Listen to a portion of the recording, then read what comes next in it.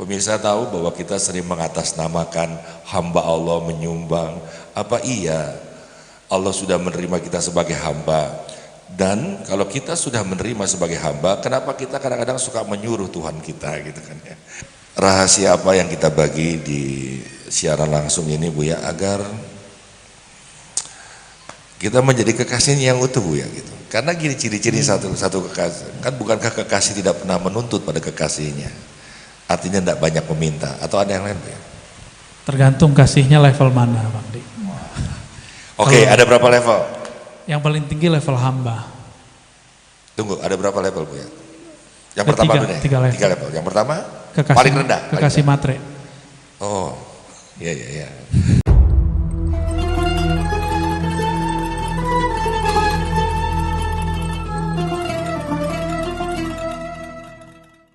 Temanya luar biasa Bu ya.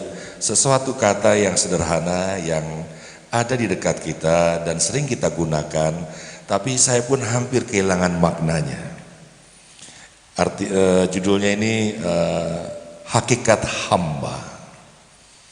Hamba, kita tahu bahwa sebagai seorang hamba kita menyadari semua yang ada di muka bumi ini adalah ciptaan Allah. Ya.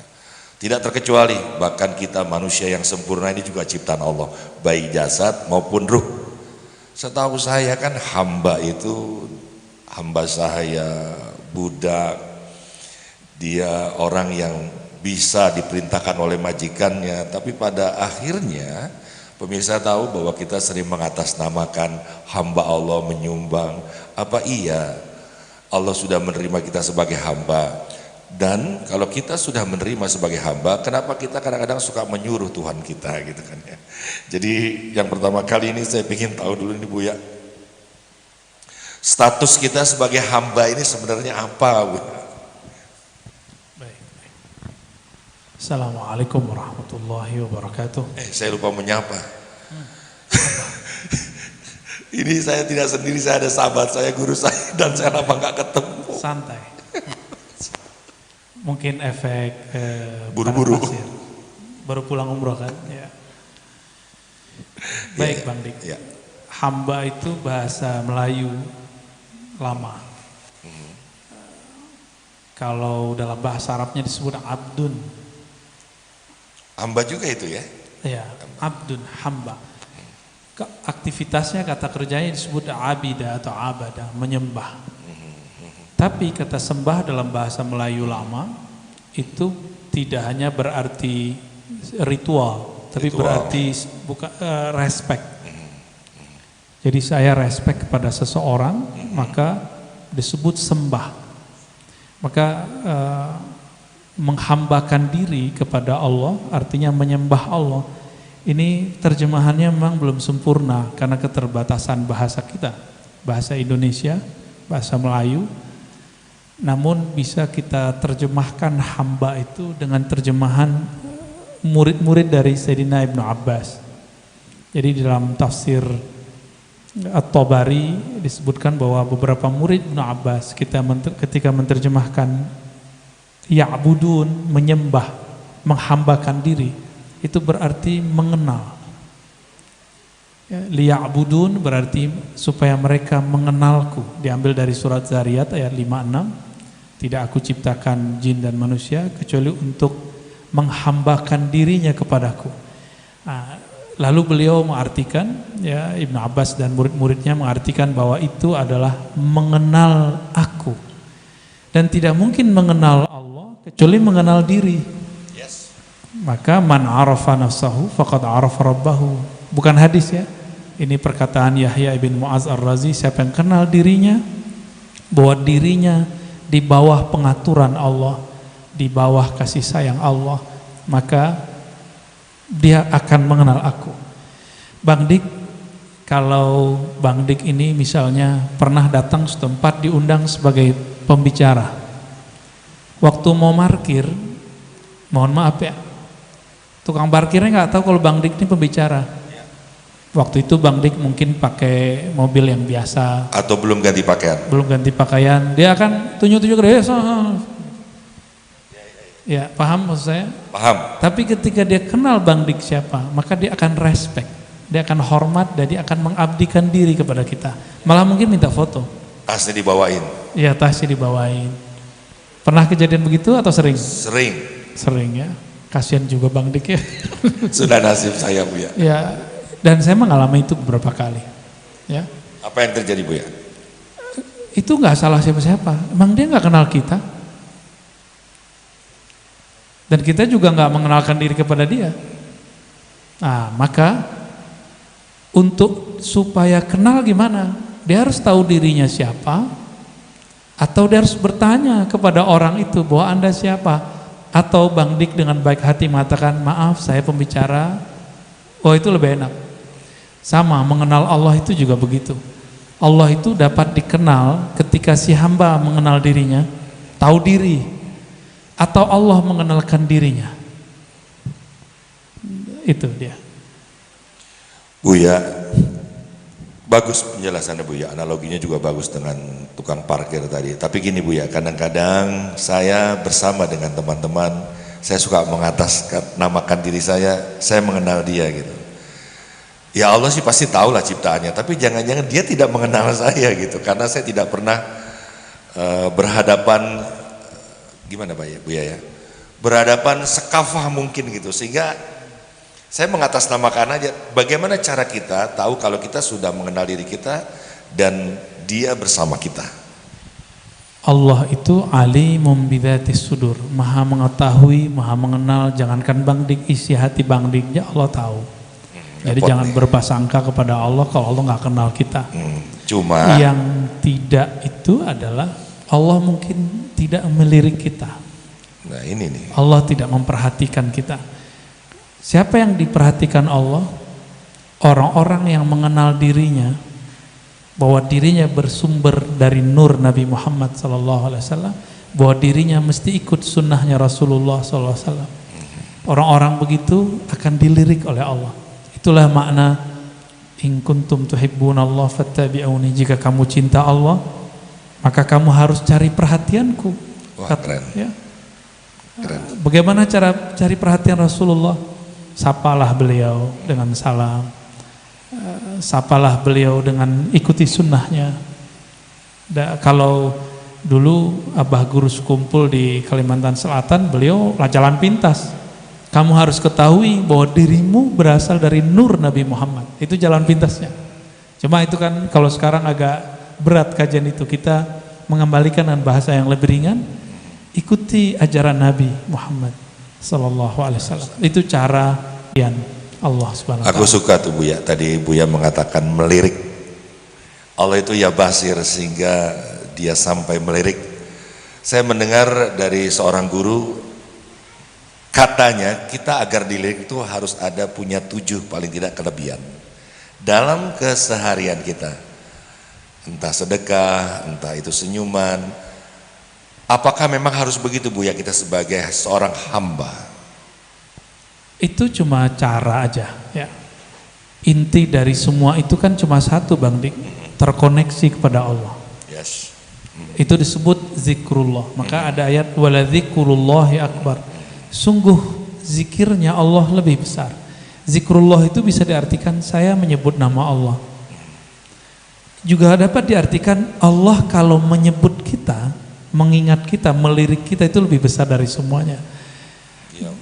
Jadi mau sedekah, mau sholat duha, mau silaturahim, semuanya itu adalah cara mengingat Allah. Ada orang yang mengingat Allah dalam dirinya, disebut zikir khafi. Ada yang dengan zikir mal, zikir harta. Ada yang zikir silah, menyambung silaturahim. Rahim itu kan Allah juga, sifat Allah. Harta ini kan harta Allah juga. Apalagi zikir, kita menyebut nama Allah juga. Jadi semua itu cuma cara, tujuannya satu. Maka tidak salahlah jika disebutkan bahwa ketika Sayyidina Abu Darda bertanya, wahai Rasulullah, apa amalan yang paling mulia? Sayyidina Ali juga bertanya, Nabi mengatakan zikrullah, itu mengingat Allah. Dan mengingat Allah itu bisa lewat Rasulullah Bang Dik. Makanya Nabi mengatakan, jika kamu sholat, bayangkanlah saat kamu melihatku. Sallu kama ra'aitumuni usolli, sholatlah kamu seperti kamu melihat aku sholat. Maka kita sholat, gak mungkin bayangin Allah. Nah, itulah cara menghambakan diri. Jalurnya lewat Nabi Muhammad SAW. Karena beliaulah orang yang paling sempurna menghambakan dirinya kepada Allah Subhanahu Wa Taala. Gak ada lagi. Maka di Quran kalau disebut kata hamba, subhanalladzi asra bi abdihi, itu Rasulullah, abdihi. Ya. Jadi kata hamba di dalam Al-Quran itu diperuntukkan kebanyakan untuk baginda Rasulullah Sallallahu Alaihi Wasallam. Ini kita beruntung punya Rasulullah digelari hamba. Wah, keren ya. Channel Ruby Jakarta, baru saja Buya menganalogikan bahwa hamba ini sebenarnya untuk Rasulullah. Sebenarnya Rasulullah adalah kekasihnya. Tapi ada bahasa lain mengartikan hamba itu sang kekasih, Buya. Kalau saja saya selalu jadi umat terus kadang-kadang ya umat, Buya. Kalau saya meladani Rasulullah, dia kekasih Allah, bukankah saya juga harus menjadi kekasih sesuai dengan ukuran saya? Bagaimana kedudukan itu, Buya? Kekasih. Ya. Saya baru bisa mengasihi, mencintai kalau kenal, Bang Dik. Jadi tidak salah juga sih. Si hamba itu dia tahu dirinya hamba karena dia kenal bahwa yang dihadapi adalah Allah. Jadi menjadi kekasih, menjadi hamba itu satu kesatuan. Siapa yang menjadi hamba Allah, pasti dia akan jatuh cinta kepada Allah. Buya, Anda engkau adalah kekasihnya juga. Amin. Rahasia apa yang kita bagi di siaran langsung ini, Buya, agar kita menjadi kekasihnya yang utuh, Buya, gitu. Karena gini ciri-ciri satu kekasih, kan bukankah kekasih tidak pernah menuntut pada kekasihnya? Artinya tidak banyak meminta, atau ada yang lain, Buya? Tergantung kasihnya level mana, Bang Dik. Oke, ada berapa level? Yang paling tinggi level hamba. Tunggu, ada berapa level, Buya? Yang Ada pertama tiga, dulu deh. tiga level. Tiga level. Yang pertama Kekasih, paling rendah. kekasih matre. Oh, iya. Iya. Ya. Jadi orang yang ibadah karena ada kemauan dan keinginan yang belum tercapai, itu tahap paling rendah. Ya, dia nyembah Allah karena dia perlu aja. Karena perlu aja ya. Dia sedekah karena dia mendapat sesuatu. Dia puasa karena dapat Dia sesuatu. bertransaksi sama Allah, bukan berinteraksi dalam Tapi sedekah. itu boleh, Bang Dik. Tapi boleh. Boleh. Itu hamba level. Kagak boleh. Dia suka saya jadi ngeluyur sendiri. Level 1. Level 1. Hamba matre. Hamba matre. Kekasih matre. Kekasih level 2, kekasih yang sudah mulai spiritualis. Jadi dia sedang mencari kenyamanan. Jadi dia udah materi udah selesai. Yang dia cari nyaman. Ini sudah banyak juga yang terjebak di sini. Dikira kenyamanan itu sesuatu yang dia tuju. Maka sekali dia nggak nyaman, maka dia akan memusuhi dan meninggalkan orang yang tadi dia kasihi. Sekali dia nggak nyaman ketika diuji di jalan Allah, dia akan meninggalkan Allah. Sekali dia nggak nyaman ketika diuji bersama kekasih Allah, dia bilang, masa beragama harus begini sih? Kok harus beramal tuh ada nggak enaknya sih? Nah, orang-orang seperti itu, teman-teman, akan meninggalkan sisi kekasih. Level 3 nanti kita bahas, Bang Dik. Wallahu a'lam bishawab. Oke, Buyanya makin ini ya, makin tanggap ya. Bahwa kita sedang siaran langsung. Ini ada sahabat saya dari Rumi Kustik akan sholawat Ahmadi. Bagus sekali ini, Buya. Kita akan nikmati ya. Dan buat teman-teman yang mau ingin berbuka, silakan, sudah mendekat dengan apa yang sudah dihidangkan oleh ibu dan ayah kalian. Oke.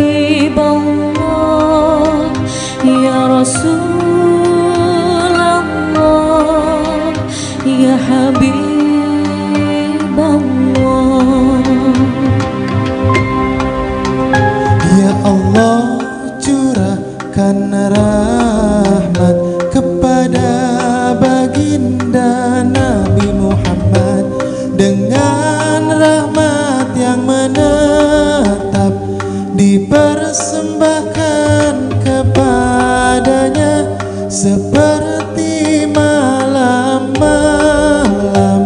yang berlalu dan berlangsung selamanya.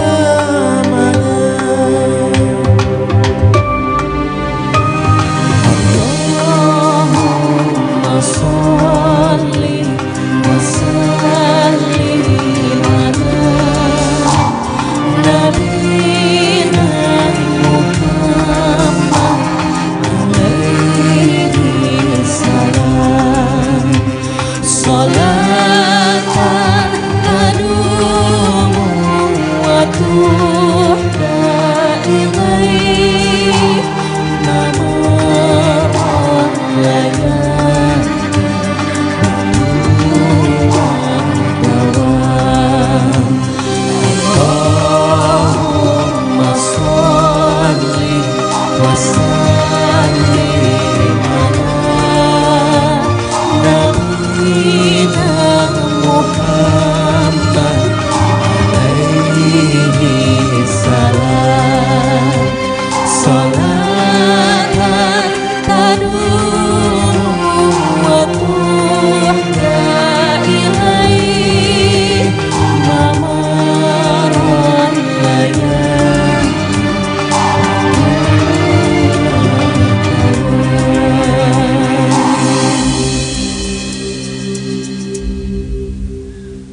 Persembahkan salawat salam